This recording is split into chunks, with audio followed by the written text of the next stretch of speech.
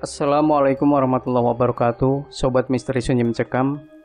Bagaimana kabar Anda hari ini? Mudah-mudahan sehat dan selalu dalam lindungan Allah Subhanahu wa Ta'ala. Kembali berjumpa dengan kami, channel yang setiap hari selalu menyuguhkan cerita-cerita misteri yang menarik. Dan kali ini kami sudah menyiapkan sebuah kisah nyata misteri yang berjudul Catatan Peristiwa Kelam di Kontrakan Lama. Di sini aku hanya ingin berbagi kisah setelah beberapa tahun ngontrak di tempat ini dan bukan bermaksud untuk menjatuhkan nama tempat tersebut. Lokasi bertempat di Pasar Kemis, Kabupaten Tangerang, di dalam perumahan dekat dengan SMP Negeri 1 Pasar Kemis. Sebenarnya di sini ada beberapa kisah yang akan aku mulai dari kisah bapakku, dilanjut oleh kisah mama, lalu kisahku sendiri. Kisah pertama adalah kisah yang dialami langsung oleh bapak, di mana dia sering mendapat gangguan gaib di tempat tersebut. Usut punya usut, ternyata bapakku ini punya tulang rusuk yang jarang-jarang, yang konon katanya bisa melihat hal-hal tak kasat mata. Kisah ini terjadi ketika aku masih SD kelas 4, sekitar tahun 2008, di mana saat itu bapak baru pulang kerja pada malam hari. Dan karena sudah saking capeknya, bapak langsung tidur. Tapi tak berselang lama, sekitar jam 1 malam, bapak seperti mendengar suara yang memanggilnya dari kebun di belakang kontrakan. Lantas, ibu yang mengetahui hal tersebut mencoba untuk mengikutinya dari belakang. Dan benar saja, bapak sudah berada di dalam kebun itu. Sontak ibu berteriak untuk menyadarkan bapak bahwa dia sudah di dalam kebun tersebut. Teriakan ibu membuat bapak tersadar, dan ia berkata, banyak anak-anak kecil bermata merah di sana yang tiba-tiba hilang saat ibu berteriak memanggil. Dan ternyata yang memanggilnya di awal adalah sesosok genderuwo penghuni kebun tersebut. Mungkin emang niatnya mau ngerjain, tapi di sini bapak seperti tidak takut sama sekali. Dia berjalan dalam keadaan sadar. Setelah itu bapak pulang dan melanjutkan tidurnya, dan kisah pun berganti di waktu yang lain. Kisah berganti di saat menginjak kelas 6 SD, sekitar tahun 2010, masih berlanjut dari pengalaman yang dialami bapak, tapi kali ini yang mengganggunya berbeda. Jadi ada salah satu teman bapak yang meninggal. Kebetulan saya juga berteman dengan anaknya. Ya, karena kita berada di satu RT yang sama. Sekitar 1 minggu setelah kematian bapak tersebut, ada gangguan yang muncul menghampiri bapakku. Sekitar jam 12 malam saat bapak baru pulang kerja. Baru sampai di kamar, bapak mendengar seperti ada yang memanggilnya dari luar kontrakan. Dan benar saja, ternyata sosok itu adalah bapak temanku yang baru saja meninggal 1 minggu lalu. Di sini bapak langsung menemui temannya itu, dan ibu yang mengetahui hal tersebut sontak ingin mengikuti kemana perginya bapak. Dan kebetulan saja ada Bapak Bagus, salah satu tetanggaku yang terbangun di malam hari. Ibu berkata, "Itu Bapak Anto ditungguin sama bapaknya R." Lalu ibu dan Bapak Bagus mengikuti kemana perginya bapak bersama sesosok makhluk yang menyerupai Bapak R. Lalu ibu dan Bapak Bagus mengikuti kemana perginya bapak. Ternyata mereka sudah ada di dekat tumpukan sampah. Lalu ibu dan Bapak Bagus berteriak untuk menyadarkan bapakku yang akan dibawa ke kuburan oleh sesosok pocong. Begitu sadar, bapak berkata dengan nada linglung, "Ih, terbang," sambil menunjuk ke arah kuburan, dan mereka bertiga pulang kembali ke kontrakan untuk melanjutkan tidurnya. Masih dari pengalaman bapak yang sepertinya tidak habis-habis untuk diceritakan. Entah kenapa makhluk-makhluk ini seperti tertarik sekali untuk mengganggunya. Kisah terjadi ketika saya sudah duduk di bangku SMA, dan bapak mengalami gangguan di saat BAB di salah satu WC. Kejadian berlangsung dini hari, sekitar jam 3 pagi. Ya, namanya juga ada panggilan alam, jam berapapun tidak akan membuat nyalinya ciut. Gangguan yang terjadi adalah pintu WC-nya ini diketuk dari arah luar sebanyak 3 kali. Di mana setiap ketukan itu terjadi, bapak keluar untuk memastikan siapa sih yang iseng malam-malam gini. Ketukan pertama masih aman, ketukan kedua masih nggak ada apa-apa. Mungkin makhluk ini mau ngajak main kali ya. Tapi ngapa ganggu orang boker? Anjir. Pas ketukan ketiga, pintu WC langsung didobrak dan membuat sosok itu kaget. Lalu dia terbang ke atas pohon, persis kayak burung mengepak-ngepakkan sayap, yang diyakini dia adalah kuntilanak penunggu pohon besar di belakang kontrakan. Setelah pengganggunya keluar, bapak juga sudah kelar dengan hajatnya, dan kisah pun berganti. Kita sudah memasuki kisah yang dialami oleh ibu saya. Tentu kisah ini tidak kalah seramnya dengan kisah bapak saya. Begini ceritanya. Kejadian ini terjadi di saat malam tahun baru 2016. Ya, saya sudah kelas 3 SMK. Dan seperti biasa, ada gangguan lagi. Tapi ini menimpa ibu saya. Cerita berawal dari malam tahun baru, di mana saya sedang bermain PS di RT lain, hingga pergantian tahun tiba. Bahkan sampai pagi hari, sekitar jam 2.30, saya memutuskan untuk pulang karena sudah ngantuk sekali. Tapi saya berpikir kembali, kalau aku pulang jam segini, aku takut kalau tiba-tiba ada yang nakut-nakutin dari belakang. Terus nanya, "Baru pulang, Mas?" Ih, serem. Mana deket kebun lagi. Ya udah deh, aku nginep aja. Pulangnya besok pagi kalau matahari udah bersinar. Nah, sialnya ya, ada yang mengambil ide yang ada di pikiran saya itu, dan dia merealisasikannya ke dunia nyata. Betul saja kejadian ini terjadi. Ada yang pulang, tapi bukan saya. Di sini posisinya ibu sudah tidur pulas. Pada jam 2.30, lalu dia terbangun karena mendengar ada suara khas saya ketika pintu gerbang sudah dikunci. Seperti biasa, kalau saya terkunci pasti teriak, "Mak, mak, mak." Dan itu suara yang terdengar oleh ibu sambil berkata, "Iya, sebentar." Lalu diambilkan kunci dan bergegas ke depan pintu pagar. Begitu sampai di pintu besi itu, tidak ada siapa-siapa. Penampakan pun tidak ada, tapi itu sudah cukup untuk membuat bulu kuduk merinding seketika. Setelah kejadian itu, ibu memutuskan untuk berwudu dalam keadaan takut dan hendak untuk sholat tahajud agar rasa takutnya hilang. Dan setelah saya pulang pada pagi hari, kejadian ini baru diceritakan. Dan benar saja, waktu kejadian dengan waktu saya berpikir dan membatin itu sama. "Semalam kamu pulang toh?" "Enggak, Mak. Anto nginep di PS. Tapi emang rencananya sih mau pulang sekitar jam 2:30. Emang kenapa, Mak?" "Tadi malam itu ada yang manggil-manggil, persis kayak suara kamu." "Ah, yang bener, Mak." "Iya, dia manggil Mak, Mak, Mak." Aku jawab, "Iya, sebentar." Tapi pas sampai gerbang, kok si Anto nggak ada? Kemana ini bocah?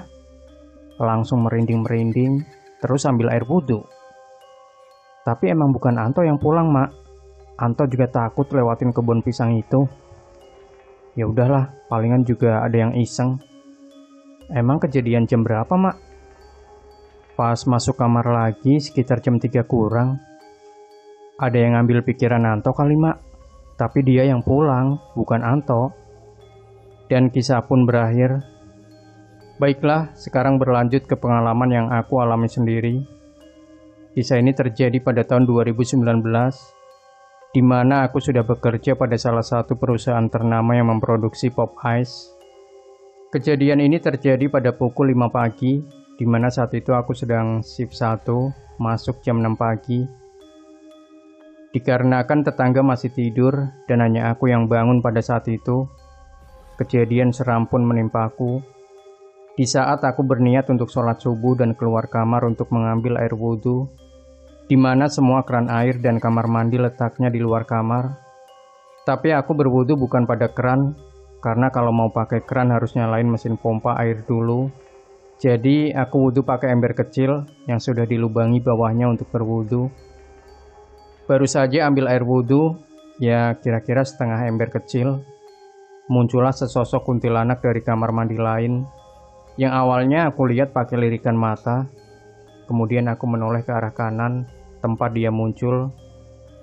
Entah kenapa setelah aku menoleh, Itu pandangan seperti tidak mau lepas dari dia, sampai dia melewati punggung. Di sini aku masih ingat dasternya yang putih dan rambutnya yang panjang, kakinya yang melayang 1 jengkal dari tanah, dan dia melayang persis ke arahku. Pas dia lewat persis di belakang punggung, bulu kuduku berdiri dari kepala sampai ke kaki. Itu semuanya berdiri. Seumur-umur, aku belum pernah ngalamin kejadian nonton film horor manapun sampai bikin bulu kuduk kepala itu berdiri. Tapi di sini aku nggak berani buat noleh ke arah kiri, karena aku khawatir kejadian kayak di film horor itu terjadi. Misalnya aku noleh ke kiri, tiba-tiba dia di depan muka. Kan nggak asik ya kalau beneran kejadian begitu. Ya udah, aku coba-coba buat baca kalimat tasbih, tahmid, takbir, dan tahlil karena emang saking takutnya. Dan aku nggak tahu posisi persis dia lagi setelah lewat punggung. Nggak tahu dia tetap di belakang atau melanjutkan melayangnya. Setelah dirasa tenang, baru aku lanjutin lagi, ambil air wudhunya dan sholat subuh. Dan kisah ini aku ceritakan ke ibu, begitu ia bangun seraya berkata, "Itu Kunti telat pergi. Adzan subuh udah lewat, dia baru pergi." Tapi emang benar, dia pergi ke arah pohon besar di belakang yang sekarang sudah ditebang. Kisah ini akan dimulai dari tetangga saya yang bernama Om Reno, panggil saja Om Ano. Om Ano adalah tetangga baru saya yang baru pindah beberapa bulan lalu, dan ia masih berstatus lajang. Di saat itu saya masih kelas 3 SD, dan kisah ini menjadi buah bibir di kala itu yang membuat heboh penghuni kontrakan. Bukan tanpa sebab, tentu saja dikarenakan ada pengalaman buruk yang menimpanya saat itu. Di suatu malam, Om Ano yang sedang berada di WC mengalami gangguan yang tidak biasa atau bisa dibilang luar biasa. Interaksi yang terjadi antara Om Ano dan penunggu WC adalah sebuah perkelahian di mana Om Ano ditemukan dalam keadaan babak belur seperti orang yang habis dihakimi massa. Dan ketika ia bercerita, ternyata dia baru saja berkelahi dengan sesosok genderuwo yang tidak suka kediamannya diusik pada malam itu. Atau bisa saja sosok itu memang tidak menyukai dirinya. Keadaan pun berubah menjadi mencekamkan, di mana hanya orang-orang yang berani saja yang masih memakai WC tersebut, atau tetangga lain yang memakainya di siang hari. Dan sekarang, WC tersebut sudah tidak digunakan lagi, dikarenakan tempatnya yang kotor, dan memiliki hawa mistis yang kental, sehingga jarang sekali orang yang memakainya. Kisah pun berlanjut ketika ia sudah berumah tangga. Ketika itu istrinya yang hendak pergi ke WC pada malam hari merasa takut akan suatu hal dan akhirnya meminta Om Ano untuk menemaninya. Hal tersebut adalah ketika ia mengintip dari dalam jendela. Dia melihat sesosok kuntilanak yang sedang mengintip di balik tembok dekat dengan gerbang masuk yang kebetulan tembok itu adalah kontrakan yang keluarga saya tempati pada masa itu. Seperti sedang memantau saja, sesosok ini berada di sana cukup lama untuk melihat keadaan sekitar. Mungkin dia sedang mengincar siapa saja yang belum tidur, yang hendak keluar kamar untuk bisa ditakut-takuti. Mengetahui hal tersebut, tentu saja Om Ano yang pemberani ini langsung membuka pintu dan mengusirnya pergi. Lalu dia menemani istrinya pergi ke WC. Baiklah, kita berlanjut pada kisah lainnya. Kisah ini dialami oleh teman dari Om Bejan, nama panggilan yang pada saat itu sedang menginap di tempatnya. Kejadian ini terjadi pada waktu subuh, di mana teman Om Bejan ini hendak bangun untuk melaksanakan sholat subuh. Ketika dia terbangun, ia mendapati dirinya sedang dikeloni oleh sesosok kuntilanak. Begitu mengetahui hal tersebut, ia pun bergegas untuk bangun dan mengusirnya pergi, lalu memintanya untuk tidak pernah mengganggunya lagi. Dan kejadian ini masih berlanjut, dialami oleh tetangga saya yang bernama Om Mamat. Alur ceritanya hampir mirip seperti kejadian yang dialami oleh temannya Om Bejan. Kejadian ini terjadi lagi pada waktu subuh, di mana Om Mamat yang hendak bangun untuk melaksanakan sholat subuh. Tanpa diduga, ia melihat sesosok kuntilanak yang sedang mengelus-elus kakinya. Tentu saja itu membuat Om Mamat kaget bukan kepalang. Lalu, Om Mamat dengan refleks dan tanpa berpikir panjang, menendangnya sambil berteriak, Allahu Akbar. Dan sosok tersebut menghilang begitu saja setelah mendapat tendangan maut dari Om Mamat. Selain itu, ada juga yang terjadi pada tetangga dan ibu saya. Panggil saja Mbak Tini. Ia menempati kontrakan di bagian depan, dekat dengan jalan. Terhalang oleh tembok, tapi masih ada ventilasi di dapurnya yang terhubung ke kontrakan belakang. Kontrakan depan memiliki luas 2 kali dari kontrakan belakang, di mana kamar mandi dan dapur ada dalam satu tempat. Harga sewanya pun tentu berbeda. Kejadian ini terjadi pada siang hari, di mana mereka berdua sedang mengobrol ringan, hanya sekadar saling memastikan satu sama lain. Mereka mengobrol di tempatnya masing-masing. Bude, lagi bikin sambel ya? Bau terasinya tercium banget dari dapur. Loh, aku pikir Mbak Tini yang lagi bikin sambel. Baunya kecium sampai belakang. Aku nggak masak apa-apa, Bude. Loh, terus siapa yang masak? Dan mereka berdua pun nampak kebingungan karena tidak mengetahui siapa dan dari mana soal bau terasi itu muncul. Diduga kuat, itu adalah bau kehadiran dari salah satu penunggu di sana. Adapun kisah lainnya yang saya ceritakan kali ini adalah berdasarkan pengalaman orang lain di luar kontrakan tersebut. Kisah ini diceritakan dari mulut ke mulut dan menjadi topik hangat di kala itu. Saya pun mendapatkan informasi ini dari senior saya. Kisah ini dialami oleh seorang pedagang bakso Malang yang sedang berjualan di wilayah RT 3, tempat kediaman tinggal saya. Kejadian ini terjadi sekitar jam 11 malam yang berlokasi di pos ronda di wilayah RT 3. Di saat pedagang tersebut melewati pos ronda itu, ia seperti mendengar ada suara yang memanggilnya. Bang, beli. Abangnya pun menengok dan tidak melihat siapa-siapa di sana. Penampakan pun tidak ada, lalu ia berjalan kembali melanjutkan perjalanannya.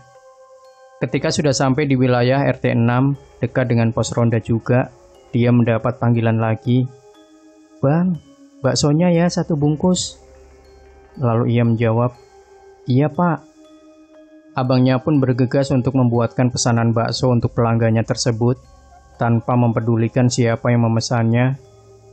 Dan ketika pesanannya sudah siap, lalu si abang pun berbalik badan dan melihat bahwa yang memesannya bukan seorang manusia, melainkan sesosok hantu tanpa kepala.